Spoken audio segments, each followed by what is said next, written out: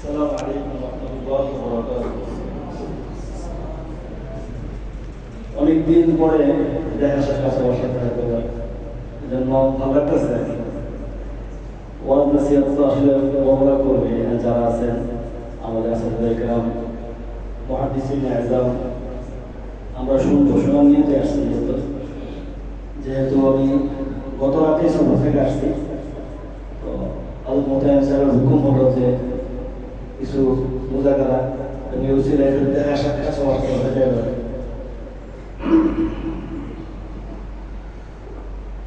যাই হোক, যেহেতু মোকাল্লাফ করা হয়েছে, জন্য সামান্য কিছু কথা মুজাকারা করবো ইনশাআল্লাহ। আলহামদুলিল্লাহ আলহামদুলিল্লাহি ওয়া কাফা ওয়া সালামুন আলা ইবাদিহি আল্লাযীনা ইসতাফা, আম্মা বা'দ। وقد قال الله تعالى في كلامه المجيد: أعوذ بالله من الشيطان الرجيم، بسم الله الرحمن الرحيم، يا أيها الذين آمنوا اتقوا الله وكونوا مع الصادقين. وقال الشاعر: علم را هرگز نیابی تانا داری ششخصان، حرص کوتا فهم کامل جمع خاطر کل حال. خدمت استاد بایا ہم سبق خانی غلام، لفظ را تحقیق خانی دار شبی بردے کمان. আল্লাহ পাকের লাখো কোটি শুকরিয়া, মহান রব্বুল আলামিন আকাবিরদের স্মৃতি এবং রেখে যাওয়া আমানত হযরত মাওলানা মুফতি ফজলুল হক আমিনী রহমাতুল্লাহ আলাইহি, যাকে সারা বাংলাদেশের লোক মুজাহিদ মিল্লাত নামে জানতেন, তারই কিছু রুহানি সন্তানদের পদচারণায় এবং মেহনতে মুখরিত ঐতিহ্যবাহী দ্বীনি শিক্ষা প্রতিষ্ঠান জামিয়া শরীফিয়া আরাবিয়া লালবাগ ঢাকা, যার নাম এখন শুধু বাংলাদেশ নয়, বাংলাদেশের গণ্ডি পেরিয়ে আলহামদুলিল্লাহ দারুল উলুম দেওবন্দ, দারুল উলুম করাচি, সারা বিশ্বের জামিয়া আজহারের মধ্যে তার নাম আলোচনা হচ্ছে আলহামদুলিল্লাহ। আপনারা হয়তো ইতিমধ্যে শুনেছেন যে আমাদের এই জামিয়ার একজন সন্তান জামিয়া শরীফিয়া আরাবিয়া যে দাওরা হাদিস পড়েছে, বিগত বছরে দারুল উলুম দেওবন্দে দাওরা হাদিসে দাখিলা নিয়ে একটা বছর লেখাপড়া করেছেন এবং দেওবন্দে তিনি এবারত করেছেন আলহামদুলিল্লাহ। এটা আমাদের এই জামিয়ার জন্য একটা আনন্দের এবং একটা বরকতের কারণ বলে আমি মনে করি। এবার আল্লাহ পাকের মেহেরবানি, এই বছর আমাদের এই জামিয়ার সন্তান যিনি ইতিমধ্যে দারুল উলুম দেওবন্দে দাখিলা নিতে শরীক হয়েছে এবং অন্যান্য তালিব ইলমের সাথে সে ওখানে আছে। এই যে আমাদের জামিয়া চলমান এই গতি, এটাকে আরো কিভাবে আমরা অগ্রসর করতে পারি, কিভাবে আমাদের জামিয়ার লেখাপড়া, আমাদের জামিয়ার তালিম তারবিয়ত আরো উন্নত থেকে উন্নত হতে পারে, এজন্য শুধু আস্তাতিজায়ে কেরামের মেহনত, চিন্তা, চেতনা, ভাবনা যথেষ্ট নয়, বরং তালিবে ইলমকেও এ ব্যাপারে অগ্রণী ভূমিকা পালন করতে হবে। আজকে আপনার সামনে যাদেরকে আপনারা দেখতেছেন, ইলমের আফতাব মাহতাবরা বসে আছে এখানে, আলহামদুলিল্লাহ তাদের প্রত্যেকের জীবনে পিছনটা যখন আমরা মোতালা করবো, দেখবো, চাই তিনি আমাদের শেখুল হাদিস হযরত মাওলানা মুফতি রাশিদুর রহমান সাহেব হোক, চাই তিনি মুফতি আলামিন সাহেব হোক, চাই আমাদের নাজমুল তালিবাত মুফতি আনাম সাহেব হোক, ওনাদের প্রত্যেকের জীবনে একটা স্বর্ণোচ্চ অতীত রয়েছে। যেই গুণগুলো আর যেই সিফাতগুলোর মাধ্যমে তারা আজকের এই পথে অগ্রসর হয়েছে, আজকের এই মজমা, এই জামিয়ার মুসনাদ হাদিস তারা অলঙ্কৃত করেছে, সেই গুণগুলো কি ছিল, সেগুলো আমরা আমাদের নিজেদের জীবনে কিভাবে বাস্তবায়ন করতে পারি, সেগুলো ঠিক নির্দেশনা আসলে এখানে দেবেন ইনশাআল্লাহ। আমি আপনাদের সামনে ছোট্ট একটি আয়াতের টুকরো আর একজন ফার্সি শায়েরের 2 লাইন শের করেছি, এর মধ্যে আমি আমার কথা শেষ করে দেবো ইনশাআল্লাহ। আয়াতে কারিমার মধ্যে আল্লাহ রাব্বুল আলামিন আমাদেরকে 2টা নির্দেশ দিয়েছেন। প্রথম নির্দেশ দিয়েছেন, ইয়া আইয়ুহাল্লাযীনা আমানু, হে ঈমানদাররা, ইত্তাকুল্লাহ, তোমরা তাকওয়া অবলম্বন করো। তাকওয়ার খোলাসা হলো গুনাহ মুক্ত জীবন। আমাদের শাবান মাসের ছুটি থেকে শুরু করে অদ্য 14ই শাওয়াল, এই দীর্ঘ 2টি মাসে আমি আপনি আমাদের নির্জনতা সাক্ষী আমরা কিভাবে আমাদের সময়টা পার করেছি। যদি নেক আমল আর ভালো কাজের মধ্যে আমাদের সময়টা পেরিয়ে থাকে, আলহামদুলিল্লাহ, এটা তো শুকরের বিষয়। আর যদি নাকি আল্লাহ মাফ করুক, আমার থেকে আমার রব নারাজ হয়, আমার রবকে আমি অসন্তুষ্ট করেছি, এমন কোনো কাজ যদি হয়ে থাকে, আমাদের এই বছরের শুরুতেই আমরা প্রত্যেকেই তওবা এবং ইস্তিগফারের মাধ্যমে এই গুনাহ থেকে নিজেকে মুক্ত করে এরপর আমরা আমাদের সফরকে শুরু করব। প্রিয় তালেবের ভাইয়েরা, আল ইলমু নূর, আল ইলমু নূরুন মিন ইলাহি ওয়া নূরুল্লাহ লা ইউতা লিআসি। এই নূরকে আমার পক্ষে ধারণ করতে হলে আমার সিনাকে পরিষ্কার পরিচ্ছন্ন করতে হবে। বাদশাহের পক্ষ থেকে যখন কোন পাত্রের মধ্যে বিশেষ কোনো পুরস্কার দিতে চায়, তো নোংরা ময়লা পাত্র নিয়ে যদি কেউ বাদশার দরবারে হাজির হয়, তাহলে বাদশাকে পাগল ছাড়া কিছু বলবে না। মানুষ যখন কোনো গুনাহ করে, তার অন্তরের মধ্যে একটা কালো দাগ পড়ে যায়, হাদিসের ভাষ্য থেকে বোঝা যায়। এজন্য আমরা আমাদের বছরের শুরু থেকে প্রত্যেকে তওবার উপরে আমাদের বছরটা আমরা শুরু করব। 2 নম্বরে, কুনু মা'আস সাদিকিন, কোন আহলুল্লাহ, আল্লাহ ওয়ালার সাথে আমরা আমাদের জীবনটাকে কানেক্ট করে দিব। যাদের ইতিমধ্যে মুরব্বী রয়েছে, তাদের সম্পর্ককে আমরা আরো শক্তিশালী করব। অনেকে আছে শুধু নাম কাওয়াস্তায় মুরব্বী, অমুক হুজুর সাথে আমার সম্পর্ক, অমুক আমি বললাম যে মুফতি সালমান সাহেবের সাথে আমার সম্পর্ক মনস্তা, কিন্তু আমি আমার হযরতের বাতানো পথে চললাম না, তার নির্দেশিত কথাকে আমি মানলাম না, তাহলে আমি হচ্ছে একটা নালায়েক, অযোগ্য মুনতাসিব। এই নিসবতের কোনো মূল্য নেই। আর যদি আমি আমার যাকে আমি মুরব্বী বানিয়েছি তার কথা অনুযায়ী জীবনকে যাপন করতে পারি, তাহলে ইনশাআল্লাহ ইনশাআল্লাহ উনি যেই মাকামে আছে, আল্লাহ তাআলা আমাকে আস্তে আস্তে মাকামে থেকে নিয়ে যাবে। আমাদের প্রত্যেকেরই তো জীবনের একটা মূল উদ্দেশ্য হচ্ছে আল্লাহ ওয়ালা হওয়া, আল্লাহকে পাওয়া। এই যে আমরা ইলম শিখতেছি, এই ইলম শেখার দ্বারা আমাদের কি উদ্দেশ্য? দুনিয়া কামানো? আমরা লক্ষ লক্ষ টাকা ইনকাম করব? আমার সুউচ্চ প্রসাদ হবে? আমার প্রতিদিন ফিস দিবে মানুষ, বড় ডাক্তার হবো? না না, আমরা এই ইলম শেখার মাধ্যমে ওয়ারিস আম্বিয়া, আম্বিয়া আলাইহিস সালামের একজন ওয়ারিস হব। আম্বিয়া আলাইহিস সালামের ওয়ারিসদের জীবনে অনেক ঘাত প্রতিঘাত, দুঃখ কষ্ট, এগুলো পেরিয়ে এগুলো পানি দিয়ে তাদের সুখ শান্তি জীবন আসবে ইনশাআল্লাহ।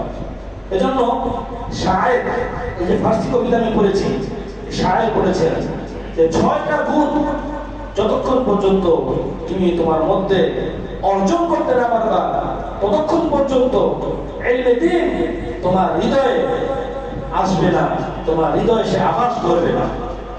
ইলমে রাহ গজনায়াবি তালাদ আলী শাশখিসাল, কিছুতেই ইলম পাবে না যতক্ষণ না পর্যন্ত এই 6টা গুণ তোমার মধ্যে অর্জন হয়। 1 নম্বর, হিফজে কোতা, আমার লোভকে আমার পরিত্যাগ করতে হবে। দুনিয়ার প্রতি কোনো লোভ ব্যবসা আমার থাকতে হবে না। বুখা থেকে রাস্তায় যে তরমুজের ছিলকা পড়ে থাকে, ওই ছিলকা উঠিয়ে খেয়ে আমাদের আকাবিররা লেখাপড়া করেছে। ইতিহাস সাক্ষী, তাদের জীবনগুলো পড়লে দেখা যায় তারা চাইলে পারতো না আরো অনেক ভালো অবস্থায় জীবনযাপন করতে। আজকাল কাফিয়া সরে যাবে, সরে ফেকা পড়নেওয়ালা তালেবেলেরা চিন্তা করে, হ্যাঁ রে দাওয়া পড়ার পর কি খাবো, পকেটে তো টাকা কম, কেউ যায় টিউশনি করতে, কেউ যায় বিভিন্ন উপায়ে টাকা কামাইতে। নাউজুবিল্লাহ। কোন এক মাদ্রাসা, নাম বলতেছি না, বড় মাদ্রাসা, আমি মাগরিবের নামাজ পড়ছি, মাগরিবের পরে আমি জুতা পড়তেছিলাম, দুই ছাত্র কথা বলতেছে, যেহেতু পাশাপাশি বের হচ্ছে, ভাই গত বছর তো কাঠের কিনা দরটা খাইছি, তো এবার কি কাঠের ব্যবসা করা যাবে, এবার তরমুজের ব্যবসা করবো। ওরা পরস্পরের কথা বলতেছে, যেহেতু দেখতে তারা এসে গেছে, আমি আগ্রহ আর চেপে ধরে রাখতে পারলাম না। আমি তাদেরকে সালাম দিয়ে বললাম যে আপনারা কি করেন? তো ওই যে মাদ্রাসায় নামাজ পড়েছি ওই মাদ্রাসায় লিখে রাখবো আমরা এখানে সবাই মিলে আদালতে বলি। এই যে একটা অবস্থা তাদের নামাজে চলে আসছে, দুনিয়ার প্রতি লালসা, আমাকে ভালো জামা পড়তে হবে, আমাকে ভালো খাবার খেতে হবে, আমাকে সবার সামনে প্রেজেন্টেশন করতে হবে, আমার জীবনটাকে খুব সুন্দর হতে হবে, আমি ঘুরতে থাকতে পারবো না। এটা একটা ধোঁকা, ধোঁকা, ধোঁকা। ইমাম আবু ইউসুফ রাহমাতুল্লাহির জীবনী আপনারা পড়লে দেখবেন, হয়তো বা ইতিমধ্যে যারা মাশাআল্লাহ তালিমুল মুতাল্লিম কিতাব পড়েছেন তারা ওখানে পড়েছেন। উনি 40 বছর বয়সে ইলমে দ্বীন হাতে করা শুরু করেন। ধোপা ছিলেন, ধোপা, মানুষের কাপড় চোপড় ধুইতেন।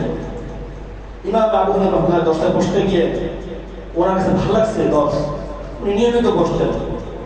ওনার আম্মা আবু ইউসুফ রাহমাতুল্লাহর আম্মা যখন এই খবর জানতে পারছে যে তার ছেলে ধোপার কাজ ছেড়ে দিয়ে এলেম শিখতেছে, তখন তিনি ইমাম আবু হানিফা রাহমাতুল্লাহ আলাইহির কাছে গিয়ে বললেন, হুজুর আমরা গরিব মানুষ, কোন রকম আমাদের চিন্তা চলতেছে, আমার ছেলে কাজ করতো আমরা খাইতাম, আপনি তো আমাদের রাস্তাটা বন্ধ করে দিলেন।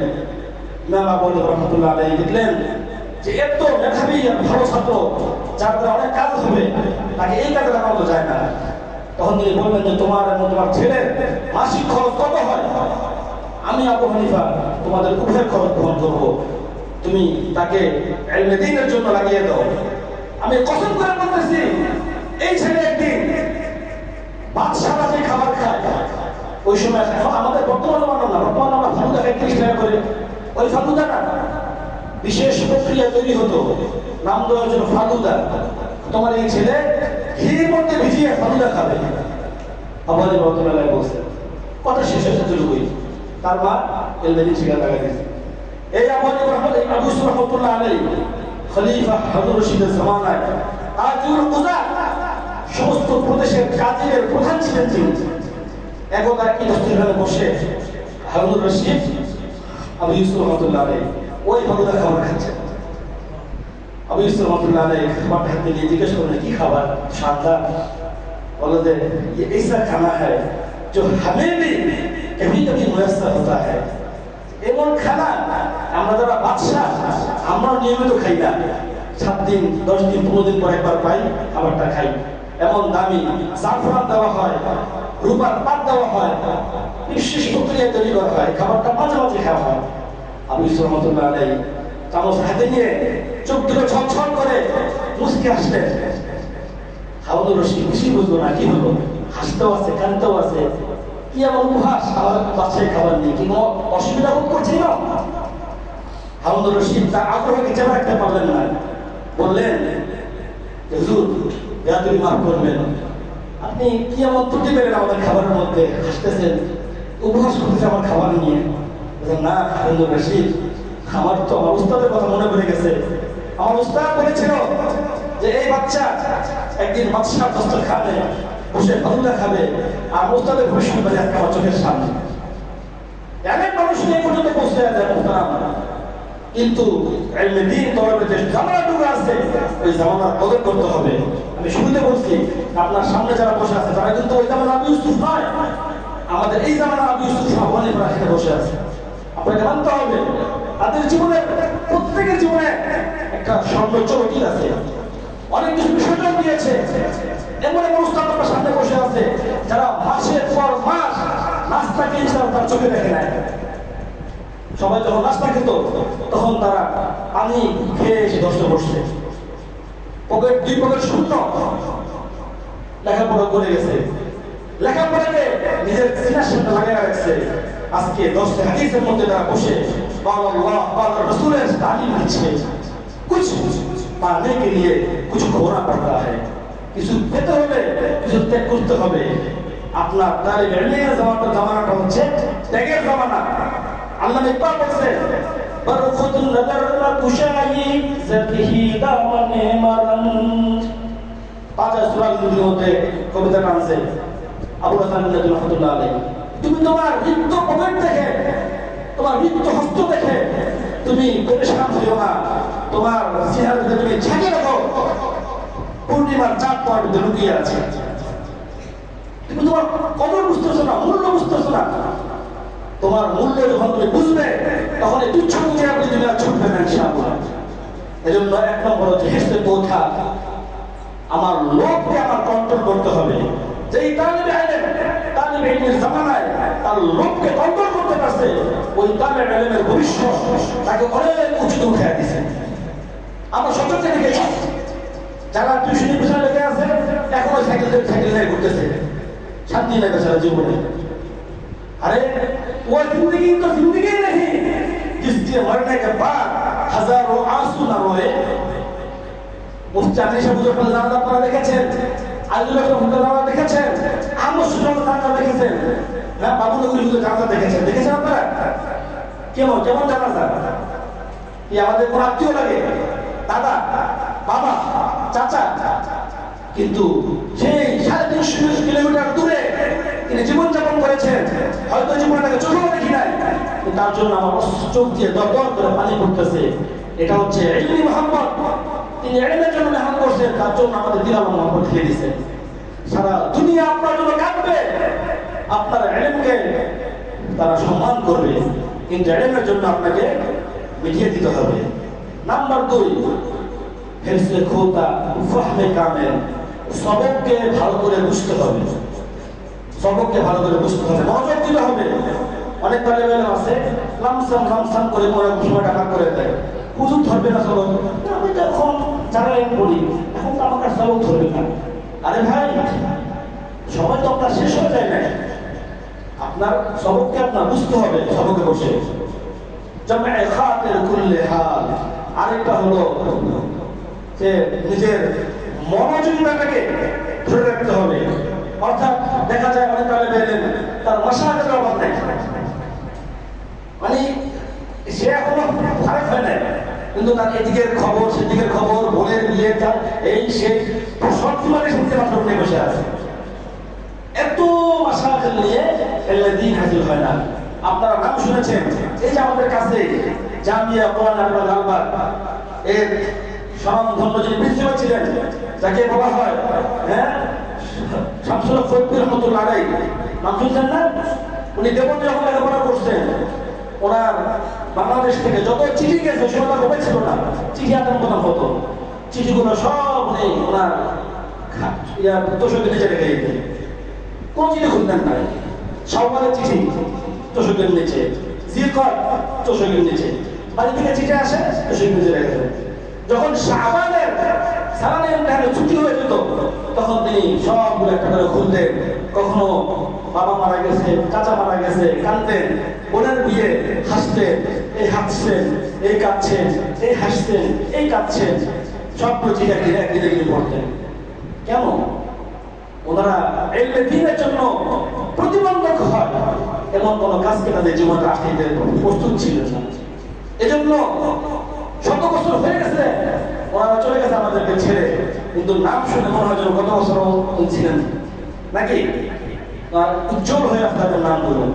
ইলমে দ্বীনের জন্য নিজেকে সব ধরনের মাশরাজের মাসরুফিয়াত থেকে মুক্ত করতে হবে। আজকে আমাদের সবচেয়ে বড় মাসলা এই জওয়াল, মোবাইল। ইহুদি নাসারাদের ষড়যন্ত্র এমন হয়েছে যে তারা চায় না ভালো কোনো আলেম, ভালো কোনো ডাক্তার, ভালো কোনো ইঞ্জিনিয়ার এই উপমহাদেশে গ্রহণ করে হোক। আপনি চিন্তাশের খবর নেবেন, ওইখানে আপনি চাইলে গুগল করে সব কিছু করতে পারবেন না, ওইখানে আপনি পাবজি খেলতে পারবেন না। সব মুসিবতে এই উপমহাদেশের ফলায় রাখছে।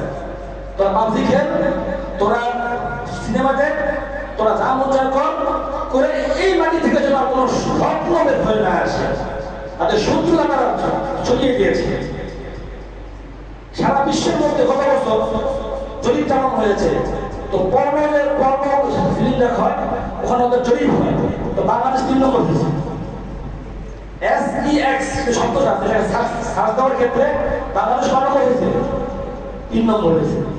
আমাদের যুব সমাজ, আমাদের তরুণ তরুণী ধ্বংস হয়ে ছারখার হয়ে যায়, তারা এটাই চাইতেছে। যাবে ডাক্তারের কাছে বসে বসে মোবাইল দেখতেছে, যাবে একজন ইঞ্জিনিয়ারের কাছে বসে বসে মোবাইল দেখতেছে। আলেমের দিন প্রচুর বাড়ি দেখার সময় নাই। আল বিদায়া ওয়ান নিহায়া, এখন আল্লাহর জিনাত আর সৌন্দর্যে বসে আছে। আল বিদায়া ওয়ান নিহায়া পড়ানোর আলেম নাই, ইবনে কাসির পড়ানোর আলেম নাই।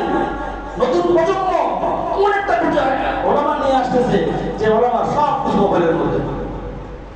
এই জন্য ভাই মুহতারাম, আমাদেরকে যে আমাদের রাসূল কেরাম বলে তাহলে মোবাইল ব্যবহার করবে না, আমাদের খায়ের হিসেবে করে থাকে। আমরা টাইসিল থেকে নিয়ে দেওয়ার মতো লেখাপড়া করেছি, আমাদের কথা বলতেছি। আমাদের সরেচারি বছর, আমি রহমানের লেখাপড়া করেছি, সরেচারি বছর পর্যন্ত মোবাইল আমরা দেখি নাই, তখন দুনিয়াতে মোবাইল আসি। মোদের হিসাবে একটা ছিল ওই যে ওয়ারলেস সিস্টেম, আর মুফতি সাহেব ছিল একটা ছোটখাটো। আমরা টাকা থাকতো না, তার ছাড়া কেন কথা বলে, যেহেতু আমরা ছোটবেলা থেকে টেলিফোন দেখছি, আমাদের সরেচারি বছর। যাই হোক, আস্তে আস্তে মোবাইলের বিস্তার ঘটেছে, অনেকেই কিনেছে আলহামদুলিল্লাহ। তারপরে বিশ্বাস করা পর্যন্ত আমাদের হাতে মোবাইল আসে না। তারপর যেমন লেখাপড়া করেছি তখন মোবাইল ব্যবহার করিনি। ওখান থেকে সপ্তাহে একদিন দোকান থেকে কল দিতাম। একদিন দোকানদার বলবো না, আপনারা যখন থেকে $00 সার্চ দেন তো বড় করে লেখা হচ্ছে বাংলাদেশ, এখানে অনেক সিআইডি আছে, আপনাদের অসুবিধা হতে পারে, আপনি এখান থেকে কল দিয়েন না। তার এই কথা মাথায় নিয়ে জীবনের প্রথম 1200 দিন একটা মোবাইল কিনছিলাম, বাটন মোবাইল, ওটাও সপ্তাহে একদিন চালাইতাম। ভাই আগেও বলছি কথা, আপনার কিছু পেতে হলে কিছু ত্যাগ করতে হবে। আজকে যে তালিবান মোবাইল ব্যবহার করতেছে না, আমার কথা কান খুলে শুনে আসুন, তারা কিছু হারাচ্ছে না, বরং প্রতিনিয়ত আপডেট হচ্ছে। আপনার যুগ আপনাকে আপডেট কিছু দিবে ইনশাআল্লাহ, কিন্তু এই যে সময়টা এটা কিন্তু তারা ফিরে পাওয়া যাবে না। এজন্য বছরের শুরু থেকে আদম যতন করে শাবান গেছে, রমজান গেছে, জিন্নে গেছে, শাওয়াল থেকে আজকে নেই, পুরোপুরি দৃঢ় সংকল্প করলাম আমাকে মজবুত আলেম হতে হবে, আমাকে জামানার আলিম হতে হবে, আমাকে জামানার শেষে হতে হবে। এই মস্তকটা আমাদের সামলাইতে হবে। এই মস্তদে সবাই এখন যারা আপনার সবাই সাহায্য থাকবে, একজন মরে যাবে আরেকজন আসবে। আমার শিশুরা মারা গেছে, বাবু এসে আসছেন, উনি মারা গেছেন, আরেকজন আসছেন, এই শিশুরাও থাকবে। আমাদের সবাইকে যোগ্য করতে হবে। আজকাল তালেবেলের অভাব নাই, যোগ্য আলেম পাওয়া যাচ্ছে না, ফতুল বাড়ি বুঝতে লোক পাওয়া যাচ্ছে না, আইনি লেখার লোক পাওয়া যাচ্ছে না, কাস্তালানি পড়ার লোক পাওয়া যাচ্ছে না, ফতুল খানির হেদায়া হক করবে লেখার লোক নাই, বাংলাটা বসে থাকবে, উস্তাদের সামনেও বাংলা, ছাত্রের সামনেও বাংলা। এই যুগের আমরা বসবাস করতেছি, বড় কঠিন জমানা চলতেছে না। এই জন্য মুহতারাম আমাদেরকে যোগ্য করতে হবে। 4 নম্বরে যেটা বলছিলাম যে খিদমতে উস্তাদ বায়া, উস্তাদের খিদমত, ওটা বলতে গেলে তো আলাদা বলতে লাগবে। একটা জামানা ছিল তাদের আলেমরা উস্তাদের জন্য নিজের জানটুকু দেওয়ার সৌভাগ্য মনে করত। আজকাল তালেবেল একটা হালকা হয়েছে যে মনে হয় উস্তাদের পিছনে টাকা আছে, 100 দূরে থাকুন, এরা কি পিছনে টাকা 100 দূরে থাকুন, মনে হয় উস্তাদের পিছনে টাকা আছে। এটা আমাদের জন্য ক্ষতিকর।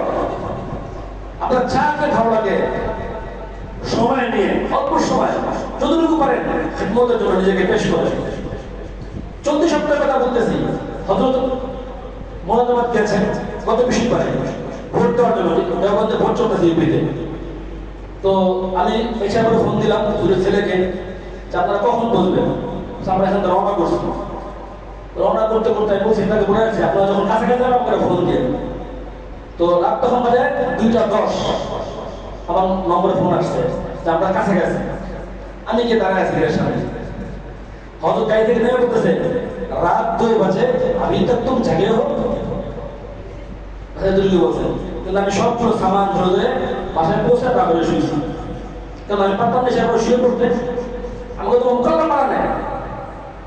উদ্দেশ্য হলো যে মুরব্বীদের নজরে পড়তে হলে আপনাকে কিছু বিশেষ কিছু করে দেখাইতে হবে। এটা হলো দোয়া চাই, দোয়া চাই, শুধু দোয়া দেন, দোয়া দেন। अरे भाई दुआ तो ये मांगने की चीज नहीं है, दुआ तो खींच खींच कर निकलने की चीज है।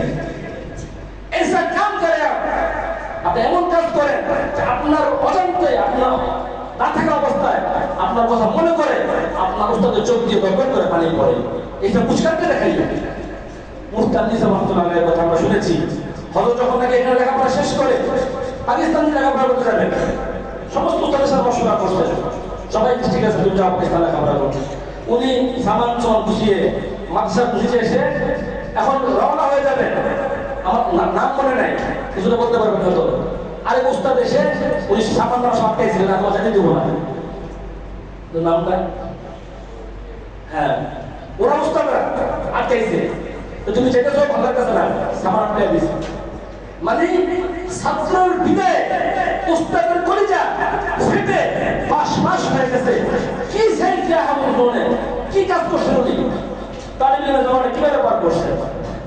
প্রিয় ভাইয়েরা, আমরা বলতেছি না যে আপনারা দিনে বন্ধ জাগেন, কিন্তু উস্তাদের প্রতি হৃদয়ের গভীরে ভালোবাসার বিস্ফোরণ করেন। উম্মতে নেকি নাদারি বদমাকুর, যদি আমি খেদমত নাও করতে পারি অন্ততপক্ষে আল্লাহর ওয়াস্তে উস্তাদের সমালোচনা করেন। উস্তাদের সমালোচনা করে নিজের পায়ে কুড়াল মেরেন না। আপনার কারো কথা ভালো নাও লাগতে পারে, কারো চেহারা আপনার খারাপ লাগতেই পারে, সেটা মানুষ, তার মানবীয় ত্রুটি থাকতেই পারে। যেহেতু তাকে আমি উস্তাদ হিসেবে গ্রহণ করেছি, আমার এই জবানকে তার ব্যাপারে আমি বন্ধ করে দিলাম। যদি তিনি আমার উপর জুলুম করে থাকেন তার জন্য দোয়া করি, আল্লাহ তাকে হেদায়েত দিন। আর যদি নাকি তার পক্ষ থেকে জুলুম হওয়ার পরে দুনিয়াতে আপনি কিছুই করতে পারবেন না, আল্লাহর কসম করে বলতেছি আল্লাহ আপনাকে এটাতে পুষায় দেবেন ইনশাআল্লাহ। আমরা এমন উস্তাদের কাছে লেখাপড়া করছি যে উস্তাদের কথা শুনতে ভালো লাগতো না, কিন্তু কোনোদিন আলহামদুলিল্লাহ জুবান কামাইয়া করিনি। বরং ফারাকাতের পরে কোন এক সময় উস্তাদ আসছেন মাদ্রাসায়, আমি নিজে আমার বাসায় নিয়ে, যে উস্তাদের সাথে আমরা কথা বলতেছি, বাসায় নিয়ে আমার বাসার খাবার দাবার খুব খাওয়াইছে ওদেরকে। কারণ বুঝতে হবে উস্তাদ হয়তো দুনিয়াবি কোনো মহামারার কারণে পরস্পর থাকতে পারে, থাকতেই পারে, মানুষ তো থাকতেই পারে, অস্বাভাবিক কিছু না, কিন্তু ওটা ডিরেক্ট জায়গা দেওয়া যাবে না উস্তাদ হওয়ার কারণে। কেউ কেউ বলে বড়দের কথা, উস্তাদ উস্তাদ সাথে সম্পর্ক হচ্ছে দাও আর লাউ। কি বললাম? দাও আর লাউ। যে দাও যদি লাউর উপরে পড়ে কাটবে কে? লাউ। লাউ পড়ে দাওর উপরে কাটবে কে? লাউ। বারহাল লাউ লাউ উস্তাদের সামনে নিজেকে সারেন্ডার করে দেওয়া। হ্যাঁ, একান্ত কোনো এমন বিষয় থাকে সেটা কর্তৃপক্ষের সাথে আমরা বোঝাপড়া করবো, কিন্তু উস্তাদের খেদমতের আপ্রাণ চেষ্টা করা। অনেক ঘটনা আছে, অনেক ঘটনা উস্তাদের খেদমতের ব্যাপারে। একটা দুটো ছোট কথা বলবো, বন্ধ করে দিল। রশিদাবাদ গান্ধী রহমতুল্লাহ নাম শুনতেন? হযরত রশিদাবাদ গান্ধী রহমতুল্লাহ আলাইহি ওনার জীবনের কিতাব লেখা হয়েছে তাযকিরাতুর রশিদ, 2 খণ্ডে। ওই কিতাবটা শুরু অংশটা করে দেখে আহা চোখ দিয়ে পানি আসবে। গান্ধী রহমতুল্লাহ আলাইহি আম্মাজা যখনই ওনার জামা দিলেন পকেটগুলো তেল হয়ে আছে, পকেটের মধ্যে তেলে ভরে গেছে। তেল থেকে আসে, তেলের তো কোনো কাজটা সে করে না, সে লেখাপড়া করে। একদিন ওনার আম্মা পিছন থেকে ফলো করছে, নতুন জামা গায়ে দেওয়া তেল থেকে আসে দেখবো। রশিদাবাদ গান্ধী রহমতুল্লাহ আলাইহি রাস্তা কেটেছেন, আম্মা পরোটা দিয়েছেন, পরোটা থেকে সুন্দর করে কাগজের পরোটা কাছে পকেটে ঢুকে দিয়েছে। ওনার আম্মা তো পরেশান হলো যে আমার তো তাকে নাস্তা দিয়ে আমাদের টিফিন দিয়ে দে, তো পকেটে ঢুকে পরোটা নেওয়ার প্রয়োজনটা কি? আল্লাহ তাআলা আমাদের তৌফিক দান করুন, চলে আসেন ইনশাআল্লাহ। যদি আমাদের সামনে